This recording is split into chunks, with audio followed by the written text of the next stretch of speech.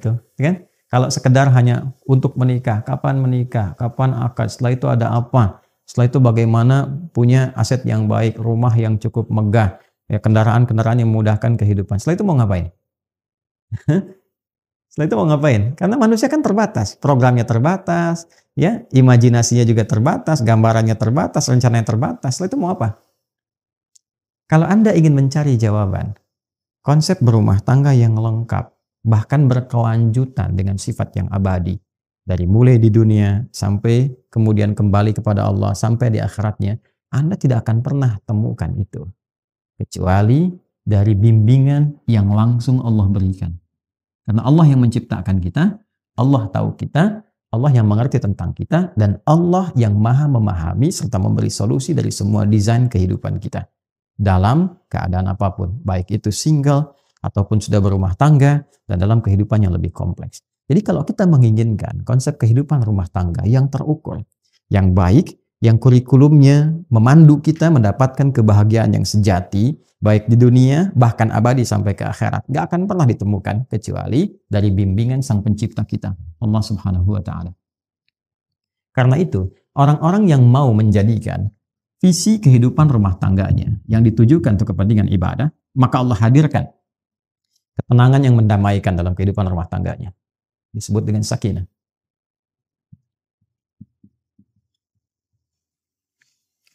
Dua, limpahan materi yang memberikan kenyamanan dalam kehidupan rumah tangga. Cinta dalam bentuk wujud materi. Diberikan kecukupan materi yang melapangkan dia beraktivitas dalam kehidupan rumah tangganya. Disebut dengan mawaddah.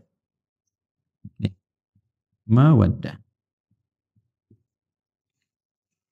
Kemudian ditanamkan dalam jiwa setiap pasangan itu rasa kasih mendalam yang mengikat keduanya dalam kerukunan dan kebaikan. Ya, bukan berarti tidak ada perbedaan pendapat, bukan berarti tidak ada, boleh jadi perbedaan-perbedaan yang mungkin melahirkan ya satu sisi berbeda, berselisih dalam hal-hal kecil, namun rasa yang ketiga ini itu yang tetap menyatukan perbedaan-perbedaan itu dan membentengi dari terjadinya persoalan-persoalan yang bahkan memecah kehidupan rumah tangga. Itulah rahmat. Rahmat. Ini dia. Ini poinnya. Ya.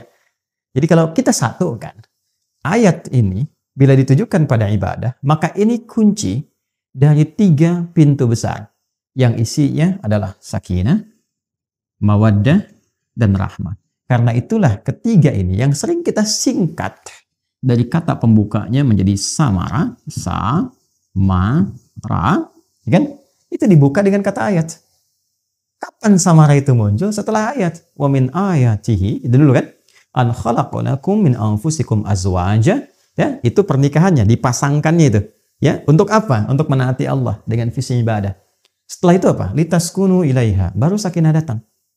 Wa ja'ala bainakum mawaddah. Baru mawaddah dimudahkan.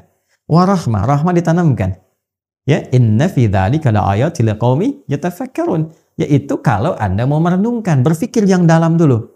Dalami dulu nih, kan? Yang menciptakan kita siapa, yang tahu tentang kita siapa, yang mengerti ya dan maha memberikan solusi tentang persoalan kehidupan kita siapa, yang mengetahui apa yang terjadi besok siapa, yang mengetahui berketurunan atau tidak berketurunan siapa. Kan kita mengembalikan semua pada Allah. Kalau tahu semua dari Allah, bahkan kita menyimpulkan, bahkan samara pun milik Allah. Ya bahasa gampangnya kan secara logika sederhana ya.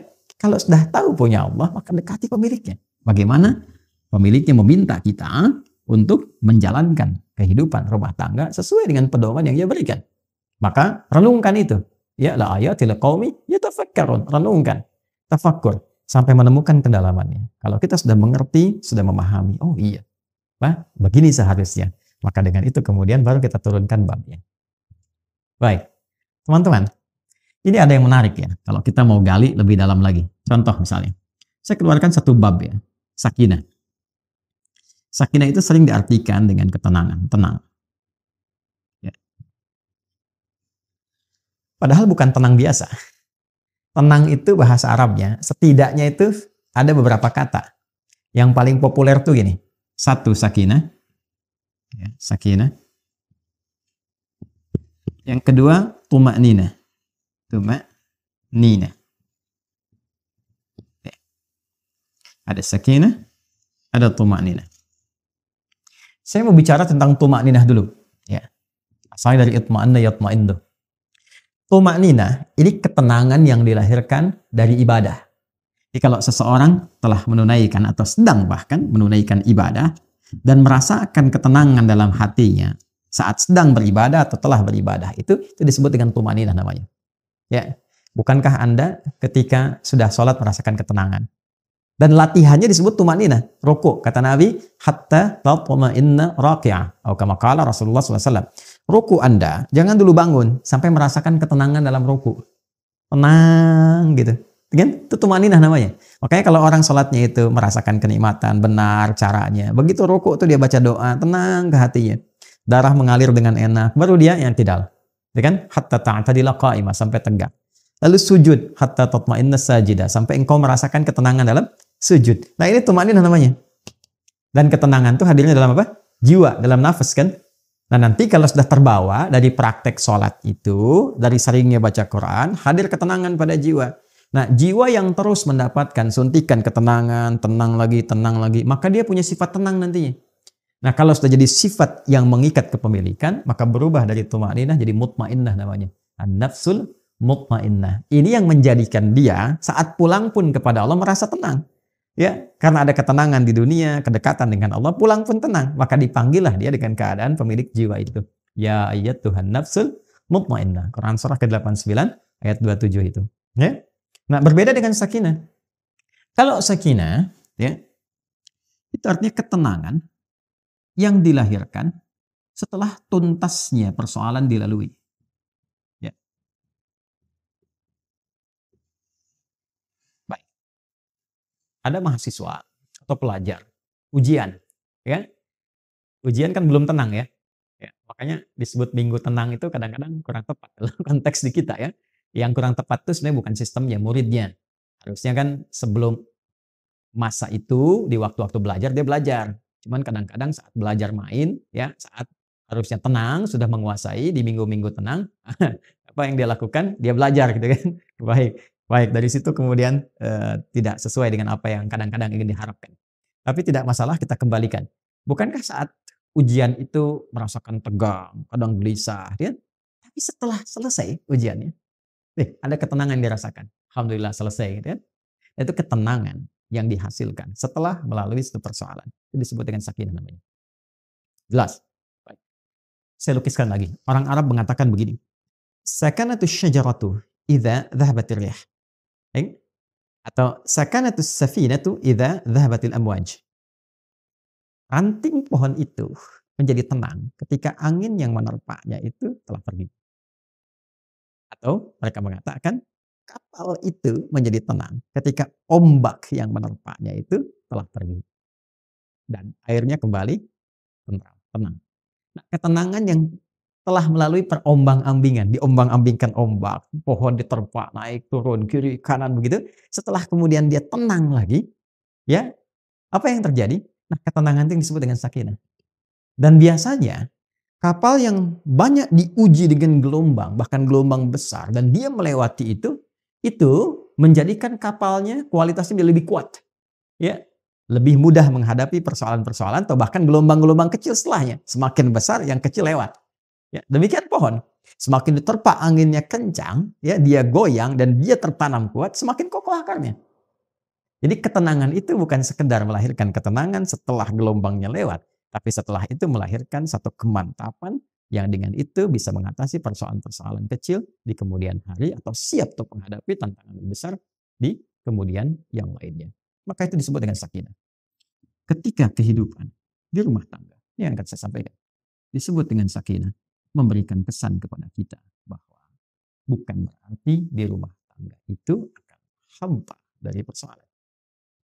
Akan selalu ditemukan persoalan. Ini cara memahaminya. Jadi kalau tidak dipelajari dulu ini nanti kaget. Bukan berarti nggak ada masalah. Rumah tangga itu pasti ada masalah. Ya, yang paling ideal kan rumah tangganya Rasulullah SAW. Tapi coba lihat, apakah dalam kehidupan rumah tangga Nabi tidak ada masalah? Jangan salah, banyak persoalan, ya kan?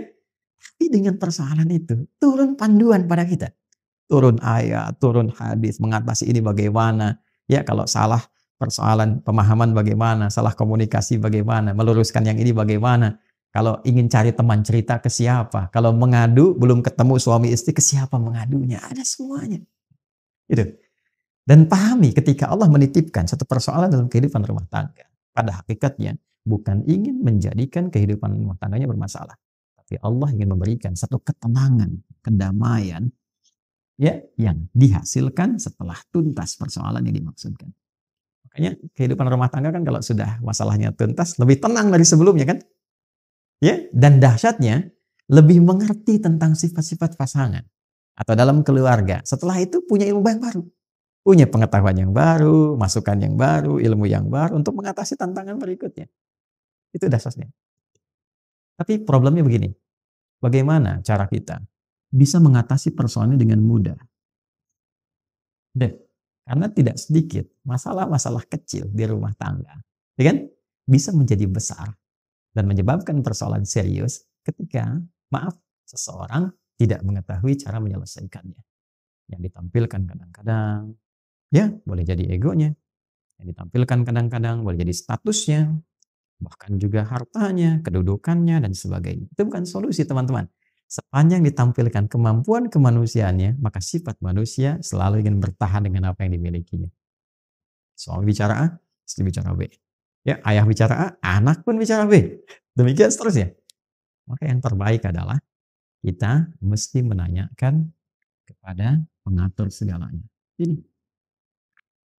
Ya, maka ketika dikembalikan, nih, sakinah itu kan sifat jiwa. Ya kan? Ketenangan itu kan sifat jiwa. Ingat, ketenangan itu bukan sifat fisik. Ya, pikiran tuh biasa, ya. Pikiran tuh bekerja terus, berpikir tuh terus, nggak berhenti, berpikir. Apa yang memberikan kegelisahan dan ketenangan pada pikiran? Jiwa. Jadi perintahnya di sini semua dalam jiwa kita. Kalau dia gelisah berarti dari nafsu, ya kan? Kalau dia tenang, nyaman berarti dari takwanya. Itu di jiwanya. Jadi pikiran tuh normal saja. Dia beraktivitas. Seperti fisik pun diperintahkan. Fisik tuh gimana perintah dari pikiran saja. Ya. Nah, apa yang memerintahkan pikiran dan mengisinya untuk mengarahkan apa yang harus dilakukan itu, maka itu dari jiwa. Maka itu saya sering katakan jiwa yang tenang akan melahirkan pikiran yang cemerlang dan aktivitas yang membahagiakan. Itu poinnya. Boleh bikin status tuh. Ya. Nah, balik ke sini.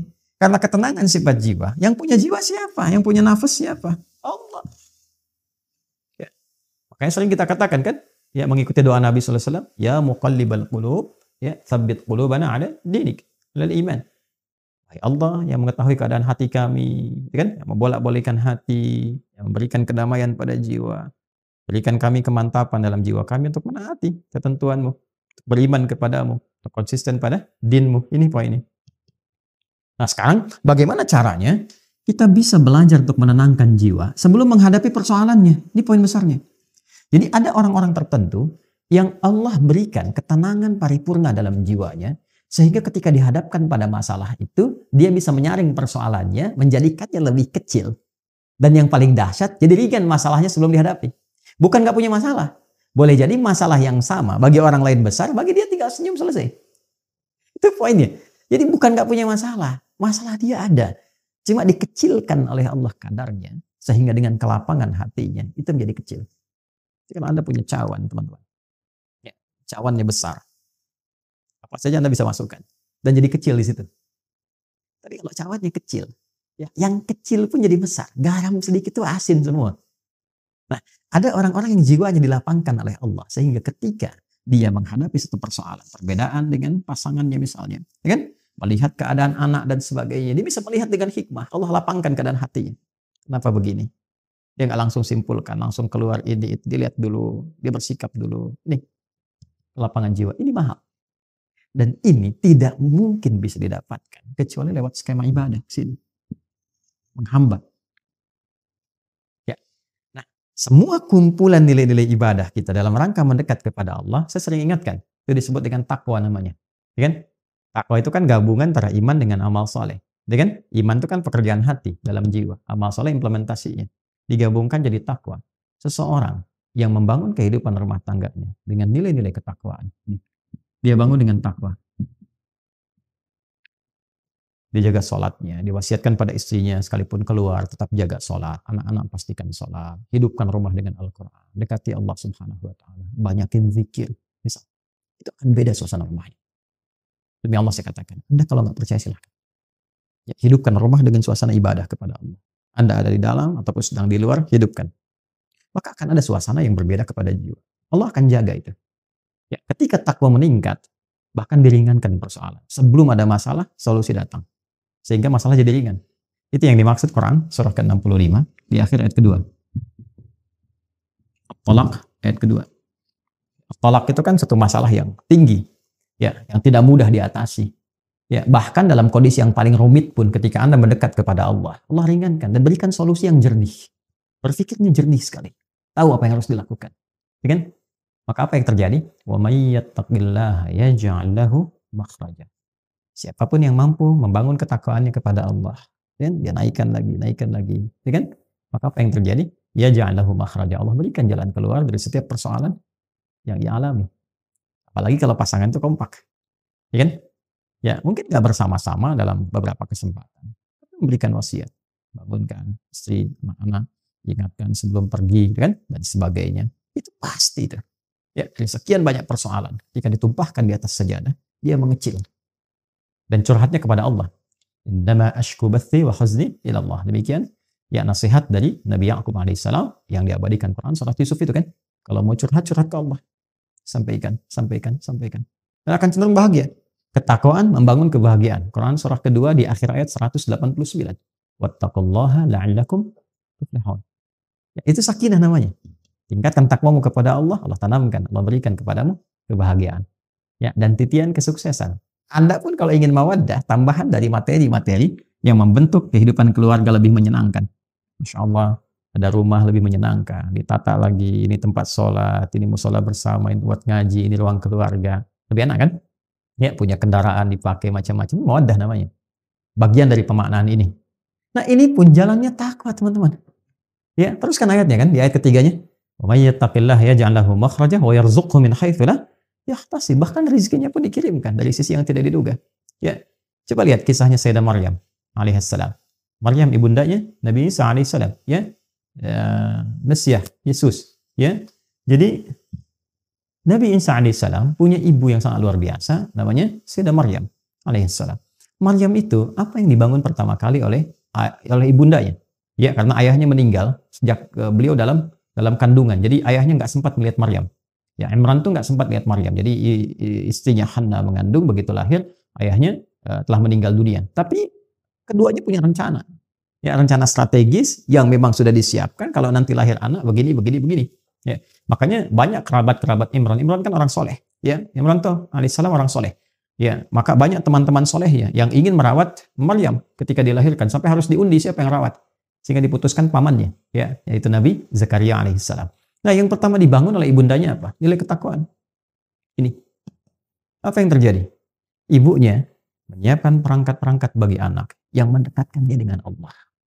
Dibuatkan mihrab, carikan guru yang saleh, dirawat baik-baik, diberikan rezeki yang baik. Ketika dari kecil disiapkan itu semua, apa jawaban Allah? Quran surah ketiga, Al-Imran ayat 37. Quran surah 3 ayat 37. Fataqabbalaha rabbuha biqabulin hasanin wa ambataha nabatan hasanah. Maka Allah menerima semua ikhtiar dari Hannah itu, bahkan dari kedua orang tua sebelumnya, diterima semuanya dengan penerimaan terbaik. Dan ketika Allah terima, dijamin semua titian kehidupan, rizkinya, ketenangannya, kebaikannya, kedamaiannya, dan segala kemuliaan yang melekat kepadanya. Walaupun yang merawat secara ikhtiar Nabi Zakaria. Kullama dakhala 'alaiha Zakaria al-mihraba wajada 'indaha rizqa. Qala ya Maryam anna laki hadha? Qalat huwa min 'indillah. Innallaha yarzuqu man yasha' bighairi hisab. Setiap kali pamannya mengantarkan kebutuhan Maryam sudah ada. Tuh, min haitsu la yahtasib. Ya, dan nyaris semua persoalan itu ditepikan oleh Allah sehingga dia fokus tuh ibadah untuk mendekat kepada Allah. Masya Allah. Dan semua dipenuhi oleh Allah. Sampai bertanya dari mana semua ini? Ya karena dekat dengan Allah. Jawabannya apa? Qalat huwa min 'indillah, dari Allah. Innallaha yarzuqu man yasha' bighairi hisab. Allah yang memberikan tanpa batasan. Jadi orang-orang yang membangun rumah tangganya, ya, kehidupan dalam langkah pernikahannya sampai dia berjalan dalam ketakwaan kepada Allah sebetulnya nggak sulit tentang dunia. Gitu. Jadi mohon maaf nih kalau dengan kalimat ini barangkali kurang menyenangkan, gitu kan? Kalau ada persoalan yang tidak pernah tuntas, padahal mungkin secara materi tercukupi, gitu kan? Masya Allah, kedudukan tinggi, tapi nggak tuntas nih. Boleh jadi yang dibutuhkan tuh bukan harta, bukan tingginya kedudukan Anda, yang dibutuhkan ketakwaan Anda kepada Allah. Itu saja. Ya, menyadari bahwa pernikahan ini adalah bagian dari amanat Allah Subhanahu wa taala. Rumah tangga ini amanah, setiap amanat dipertanggungjawabkan di hadapan Allah Subhanahu wa taala.